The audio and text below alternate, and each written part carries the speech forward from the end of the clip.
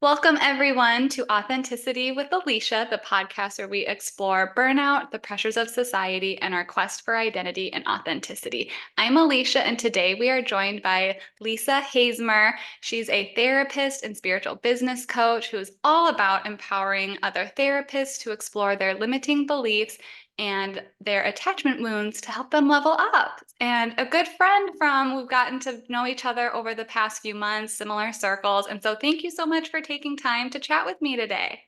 Oh my gosh, thank you for having me. I'm like excited. It's like I don't know, a really cool opportunity to be in similar vibe. Yes, no, I totally feel it. So, like, for full disclosure, we're recording on a Friday right now. One of my boundaries is like I don't work on Fridays really, but like this doesn't feel like work. I get to like chat with amazing people, and I just like get so giddy after these, and I'm just so excited to talk with you. Yeah. So we, like I said, we know each other from a couple different areas, and you do a lot of work with therapy and business coaching for folks. And you mentioned this term leveling up. And just for folks to be excited, I've kind of heard things before, and I want to know what your definition, what that means to you.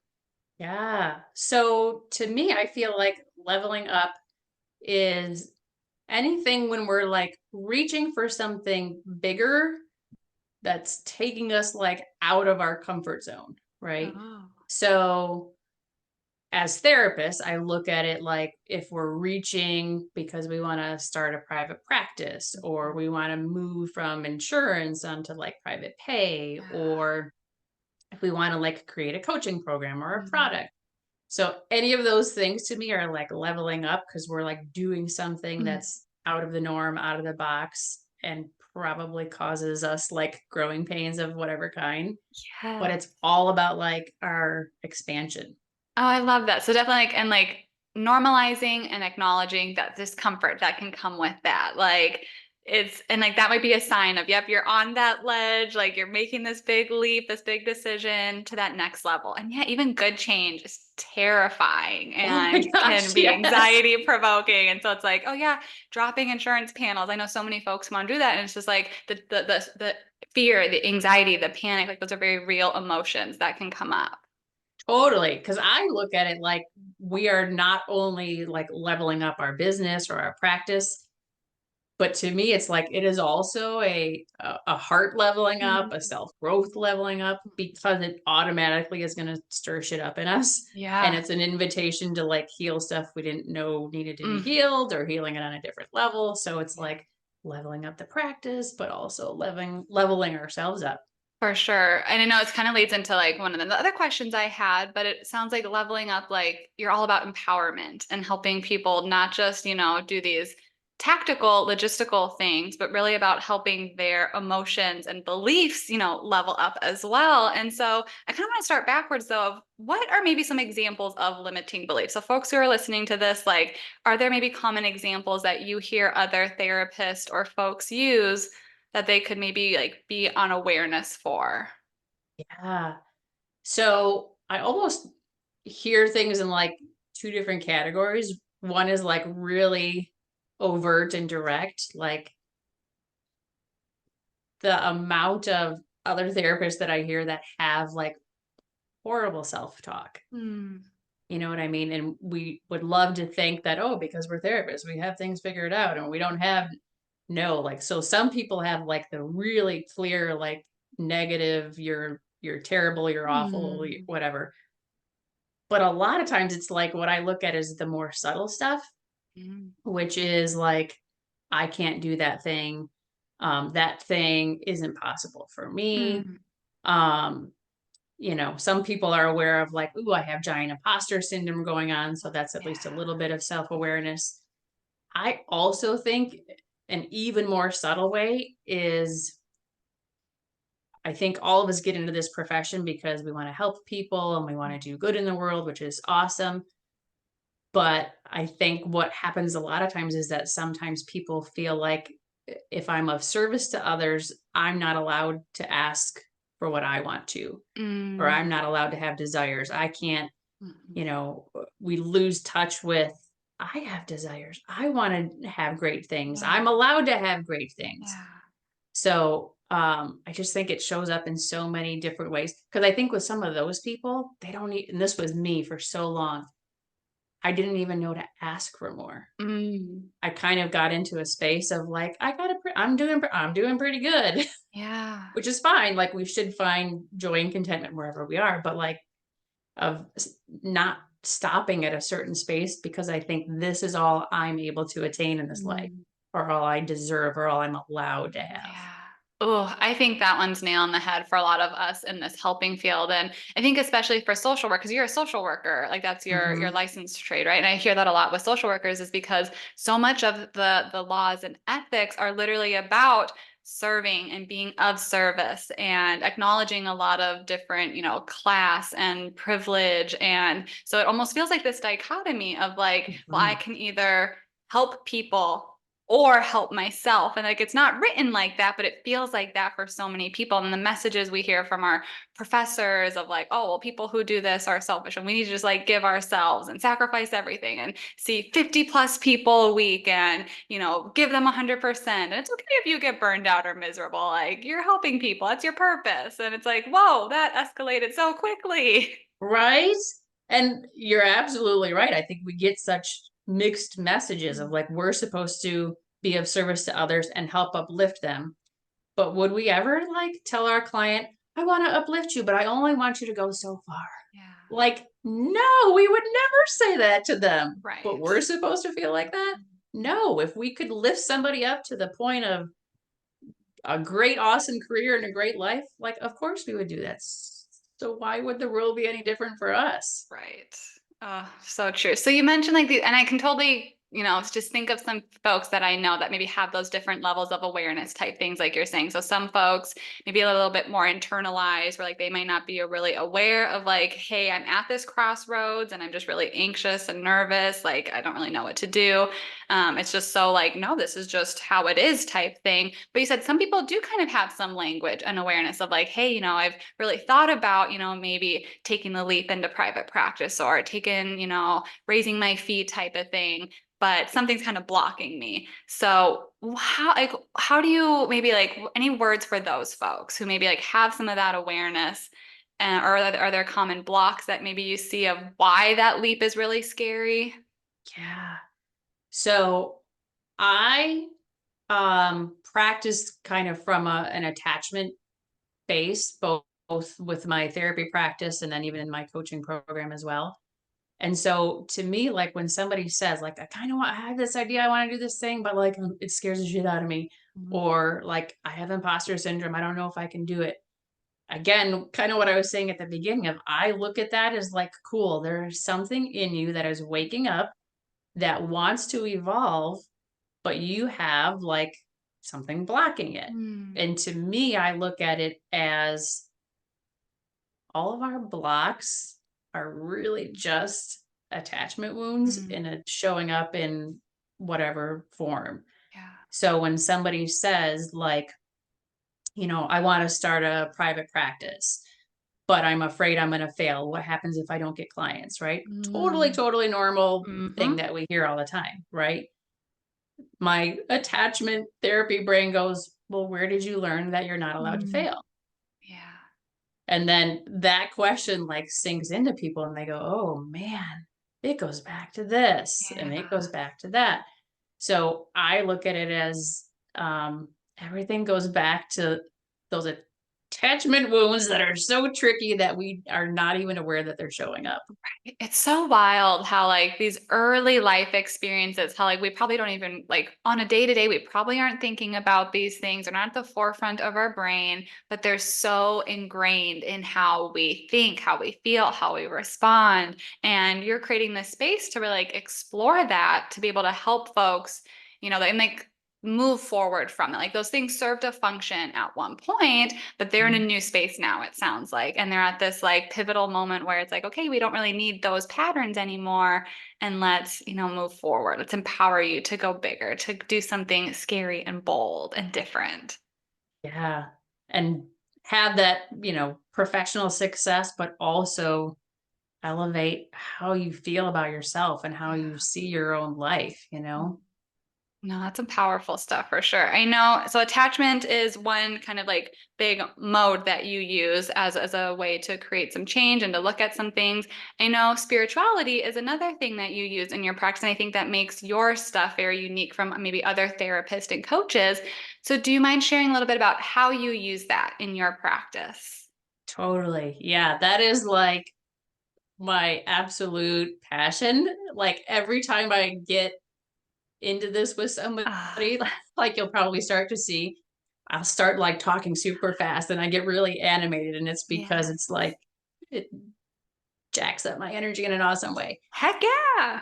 So I kind of have this, I don't know, this is sort of my framework that I um, do both with my therapy clients when it feels appropriate. Obviously, it's always taking into account where they're at and what they want and where they want to go and how much they're open to it. But for sure in my like coaching program is first looking at like that attachment stuff, like we were just talking about. But then the parts that, yeah, are kind of different for me is um, I'm really big in helping people figure out how to have an authentic spiritual connection. Hmm. So to me, that's really different than like being religious. Not that you can't have both, you can totally have both. But to me, spirituality is like my relationship with something bigger and greater and more loving than myself.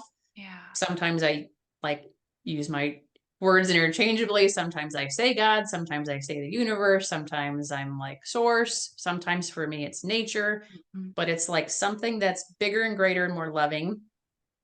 And that to me is different than religion. So spirituality is my connection with that thing. Mhm. Religion is like my connection with an organization that Hmm. has a set of beliefs and practices and rituals. And they do a little bit more guiding and telling people how they should think or believe or practice, Yeah. where spirituality is like open and Yeah. it's available to everybody all the time without judgment and all that stuff. So part of what I do is I help clients like figure out what that means for them. I'm not there to like tell them what they should believe. But if I can help them start to like experience it, not just like read about stuff or listen to, a podcast or whatever, but like experience stuff from this connection with their spiritual whatever. If to me, if the root of all of our shit comes from like attachment wounds, Mhm.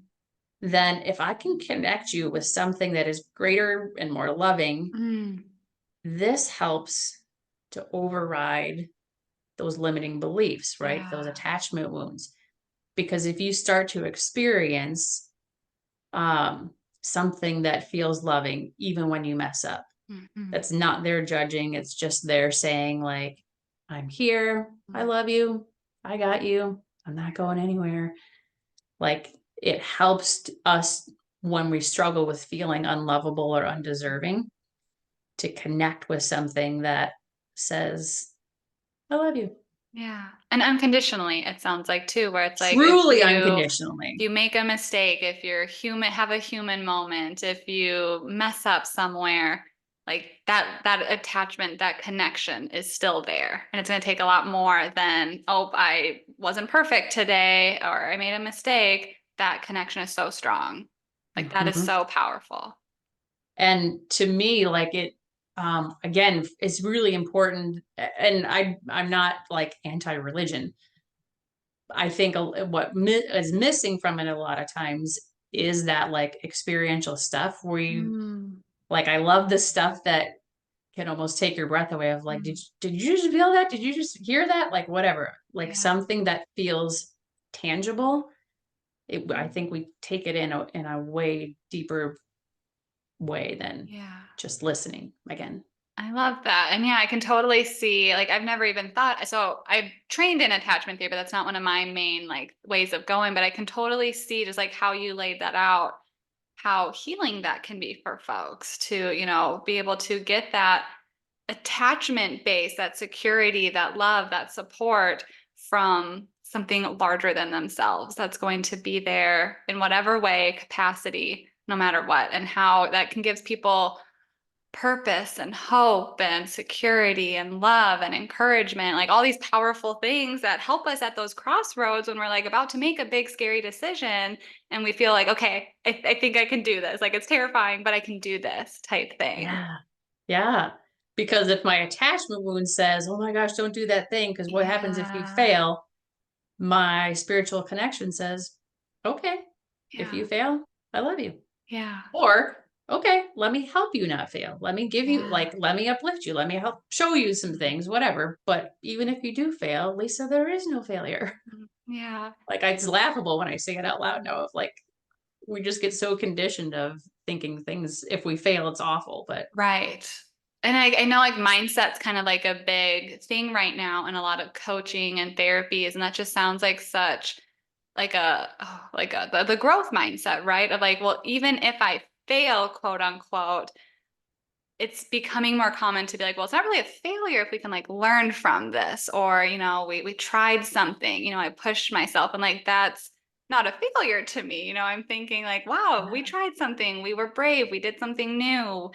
That's to me, I'm like, those are all amazing things. But I know with if right, we have those attachment wounds, if we have those limiting beliefs, it's easier to go down that spiral of, oh, well, I should have never have done this. Oh my God, why would I even think that I could do this? I am so blah, insert whatever awful word we're telling ourselves, like very different paths.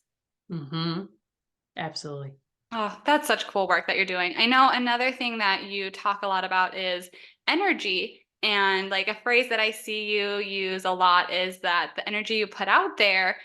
And do you mind sharing like what that means and how that works? Yeah. So I feel like one of the other buzzwords that we hear a lot, I guess, depending on your circles, is like manifesting, right? Mm, So manifesting is same thing as what I would just reference as the law of attraction, which mm, is the energy we put out there is what we attract back to us like a magnet.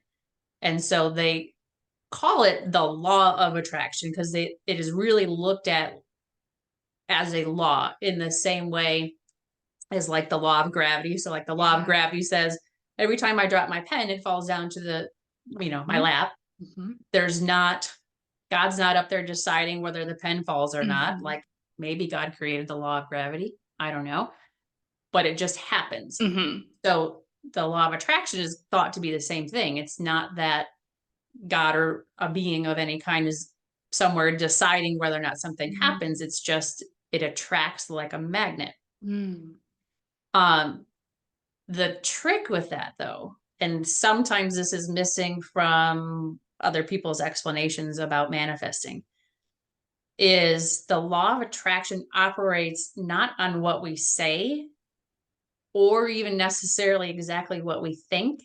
It operates off of how we feel. mm, And this is where it gets really tricky. So if I say, like, okay, I want to manifest $1,000 coming to me this mhm, weekend, $1,000, I want $1,000, I want $1,000. I'm saying it out loud, I'm thinking about it. But if internally my feeling is, it's not going to happen, yeah. good things like that don't happen to me. They happen to other people. It doesn't Mhm, happen to me like that. Other people win the lotteries. I don't win stuff. mhm, That hidden, like sneaky little belief thing is actually the part that is out there creating the energy. yeah.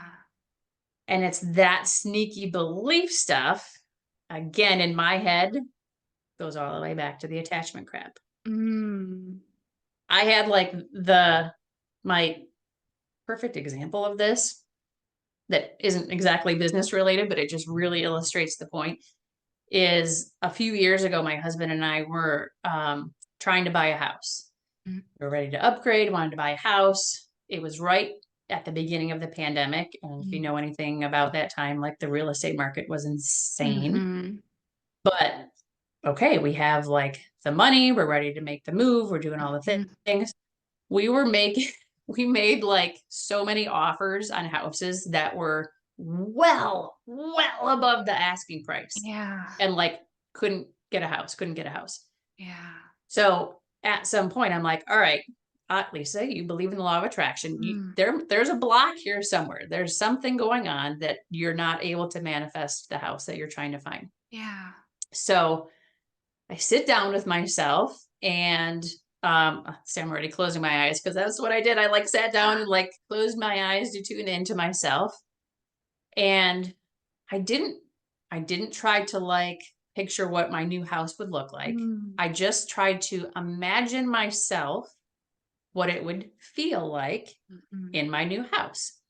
So I like picture myself kind of, and like, what does this feel like? And so I just let my mind kind of run with it. And I was like, oh, it's so pretty. I love this feature. I love this kitchen. I love the whatever, whatever. I can't believe I get to live here. And Mm. I was like, what was that? What do you mean you don't believe you get to live here? Mm. And because I was in like not exactly a meditative state, but kind of was in a very tuned in state, I had that thought, I caught it, and I said, wait, what was that?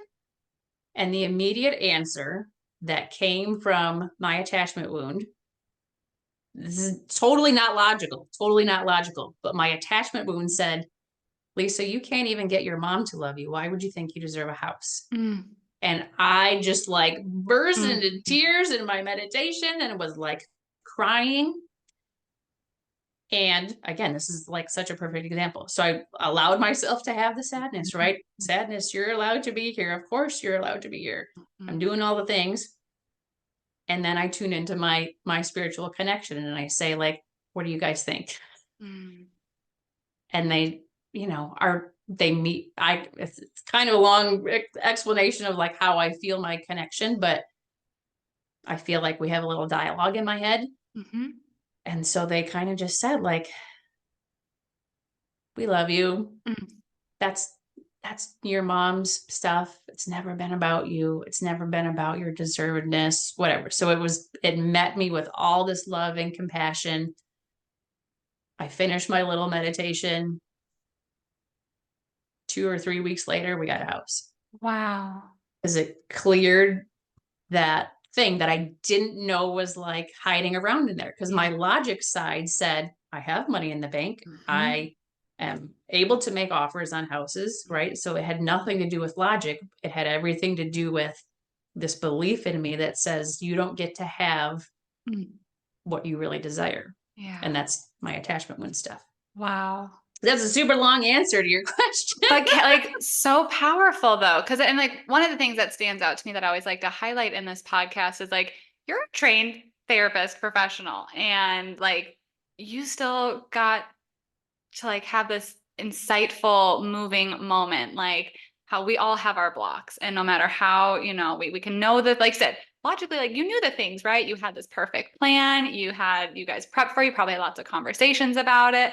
And Mhm. there was still this block. Stalking Zillow. Yes. And just like, I mean, like just so many good nuggets in there, just like allowing yourself to be able to do that. And truly, yeah, it was that feeling, that block, and then being able to see something so profound happen afterwards. That's a great example. Yeah. I see that a lot with, in the therapy world, right now, especially like there's a lot with the economy. And so like I'm seeing a Mhm. lot of that language and panic in a lot of people. And like the panic's a very valid feeling, right? Like we Mhm. need money to live. We need money to pay bills and to do things and to pay our everything. And I know I've experienced those moments where I'm like, oh my gosh, like I need, 5 new clients and I'm doing the marketing, I'm doing the things. Oh my gosh, why am I not getting anything? And the second I'm like, you know what? I'm gonna embrace a slow season. I'm gonna just like ride it out and go to the pool. Oh my gosh, I got like 4 new consultations. And I'm like, this is wild how it happens. And I didn't do That the is like the insight, like I didn't do like the meditation thing, but I just like trusted the process. And it was more of like a subconscious thing. But I love how intentional yours was and how people can use that. yes, but yours is a perfect example too, because what you're describing there is, and you're absolutely right. We all have times like this of like fear and like we have like that desperate quality. So, and energetically, what that sends out is there's not enough. So Mm. then what do I attract back to me? not enough. Mm-hmm. So as soon as you let go of it and we're like, whatever, I'm just gonna like let this be my slow period and I can do X, Y. As Mm-hmm. soon as you let that go, Literally. that sense of like freedom, oh, there it comes. Cause it's like it's sitting there waiting Mm-hmm. Yeah. So I'm a big until we let it in. believer. Yeah. I never like had the language or like those steps for it, but big believer in that, like what you're putting out there is what you're going to be getting back. And I love your Mhm. example of how it's almost, in your own way, kind of being able to kind of use some of those steps to find those blocks. And maybe you use, a trusted therapist or a coach or something, because it can be a hard process. If you've never like done that internal work like that, that can be very overwhelming and terrifying. And so it sounds like that's something you could potentially do, like helping clients with, even. Yeah. And I think too, kind of what you were referencing too is like it's awesome that we're therapists and we know a lot of stuff. And also sometimes it can, I don't want to say be a disadvantage, but like we can get tricked into thinking like, I already know this stuff. Like I know, I totally do as well. But it's it's this underlying stuff that we're just not as aware of. Like we might be aware of like, yes, I know how my parents affected me, but like we don't know necessarily like, oh, you mean that's like messing up my energy and like what I'm attracting to me all the time? Literally. It's like you're in my therapy sessions or something. I'm a very, we've talked about this before. Like I'm a very like logical person. Like the logistics are my jam, very cognitive. And so we balance each other out well. We're like, okay, let's talk about some of the feelings and the energy there. So I'm like, oh, just at me at my therapy session next week. So kind of speaking of like the different therapies, so you use attachment, you use energy, you use spirituality. What do you think like some of the, and like there's places for all these things at the table, like there's no modalities that are better or worse. It's really just what's individual for the person. But what are some things that you think like are the secret benefits of using a more attachment spiritual based approach rather than maybe like a more cognitive approach like I use? Yeah. And I'm certainly not against like more cognitive stuff at all. Um, to me, I look at it like, um, well, so if I pretend like my hand is like a tree, I feel like what I used to do as a therapist before would be like I'd help my clients with whatever symptoms they were coming in with, and like I would chop down branches of their tree. Yeah. Like, you don't like this thing? Okay, like let's shave that off. But now I feel like I'm trying to like get more down to like the root of stuff. Um, and so, if we look at, how like in my coaching program, especially, I have a way of like helping them to like really tune into like what's the root of that? Where's your attachment wound? Um, but from that space, then like, okay, can we start to see if that was where you started? Can we start to see like how you kept attracting the same kind of people in your life, the same kind of experiences in your life? Can we watch that from that manifesting law of attraction way of like, can we start to see that? And then can we start to then learn how to shift? Mm. So what I teach both my clients and in my coaching program is like, um, it's actually very cool. So I have like a tool that I use in my coaching program that like lets them be able to see with their eyes, like kind of like these energy wave things that are going out there. Oh, cool. Because then what we want to do is we want to start to, how do we start to shift it a little bit? How do we start to move from the shitty belief that we've been carrying into something that feels more positive, but it also has to feel in the realm of believability? Mm. So, like, how do we shift things just like a little notch, a little notch, a little notch, a little notch into things that feel better? And that's the like shifting our words, but having it resonate with how we feel. Yeah. Um, Gosh, I just feel like I got all rambly of like, I don't even remember if I'm answering your question. Oh, I'm following. Because Like, again, I just got all hyped up. no, I'm like I'm a squirrel. I can follow anything, but no, like Yeah, no, and I totally didn't mean like you discredit cognitive stuff. I just think Mm-mm. there's a place for everything, and I think like for folks who are listening to for them to maybe help differentiate. Oh, like do I go to a more like a CBT therapist, or do I do more of this attachment energy stuff? And so for you, I really heard you saying like, sure, like there might be times and places where you're going to attack the symptoms, and like that's fine for some people, but for some people, they really want that deeper root work where it's okay. Let's find maybe where the source of this was. And through these small, gradual steps, we can kind of start making those leveling up things and changing that energy and believing maybe more positive, empowering things about ourselves. And I think that has a ripple effect then too of like the symptoms are going to be improved. You're just going about it at a deeper way, it sounds like. Yeah, but like even as you're saying it, I'm like, oh, it almost feels like, okay, we're gonna start with like attachment stuff, but then it does become like kind of CBT-ish of like, Yeah. oh, so it makes sense that you were thinking this. When you were Mm-hmm. thinking that, of course you acted this way. Mm-hmm. Like it, and then I kind of like dip back. Oh, and but it goes back to this, right? So we Yeah. make sure like, or we understand it goes back to this attachment thing. Cool. How do we Yeah. start to shift it? I love it. So No, I'm like, ooh, maybe we're a combo. my big soapbox is like all therapies are the same. We just like do it in different ways. And people like die hard like CBT therapists are like, oh my gosh, no, I would never. Or Mm, hardcore, experiential folks like, oh my gosh, no, don't compare me to CBT. I'm like, we're all hoping people feel good about themselves. They yeah. experience positive things that, I'm like, no, we're all doing the same thing. But that's my own. People can come at me if they want. Well, the last thing I want to ask, I like to ask this with all of the folks, is how are you practicing authenticity lately? Mm.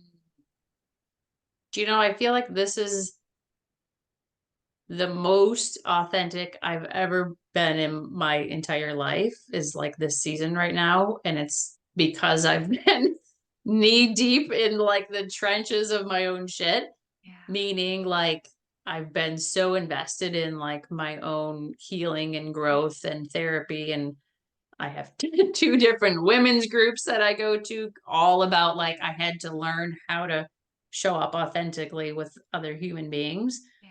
Um, and so um, I love that about this part of my journey. And it's part of how, like I have in my Facebook, I have a Facebook group that's all for therapists that are kind of struggling with some of this stuff. And I go and I will do a live training or talk or whatever there. And I'll say, like, guess what? This is how my self doubt showed up last week. Mm. Mhm. Because I don't want it to be like, oh, I've got it all figured out and I have these Mhm. secret tools and I just don't ever have doubt again. No, I still have it. You Mhm. know, I just learned when it comes up, here's what I'm going to do with it. So I am on purpose going and saying, my self doubt got poked at last week. This is what happened. This is what it reminded me of. Here's what I did. Mm. I Right. love Because that. I feel like that's how I learn the best is from other people who have been where I've been and I've gotten a little farther down the path, right? It's that realness, it's that authenticity stuff. Well, it makes So, it more like relatable too. Like if I'm gonna be trusting you to help me with something, or trying to show up as my authentic self and possibly imperfect or flawed or nervous or whatever, if I think that you've got all your stuff together, I'm like, oh, you're not going to get it. But if you can say, hey, mhm. I've worked a lot on myself and I feel really good in these areas and I can still feel these sometimes, it's like, Yeah. oh, okay, I can tell you then. You said you had some self doubt. Oh my gosh, let me tell you about my self doubt. And then there we go. Yes. The door is open and we have that safety, that connection, that realness. Yes. Absolutely. Mm, 100%. I love it. No, I love this season that you're in. I'm hoping all good things for you. It sounds like you're in lots of different just self growth and healing. And this journey, I would say that it's a journey. It's forever. It's not something that we can put on our checklist and be like, oh my gosh, I'm authentic. I'm healed. I'm Yeah, done. right. Yeah. What's my next thing? So just wishing you well for this season. I will be posting all of Lisa's links. So if you want to learn more about her, maybe work with her in any way, she's got great stuff. So definitely follow her along. And just thank you so much for chatting with me today. Thank you so much. This was, of course, as I knew it would be, it was like so incredibly fun because it's just two people talking, sharing, being authentic. Yes, just vibing. It's a good way to spend. I Mhm. know we're recording this on a Friday. It'll come out on a Monday, but it's just a good way to end our week. And maybe if you're listening, it'll be a good way to start your week. So, well, folks, until next time, take care of yourselves and each other. And remember that the world needs the real you. So let's explore that authenticity together.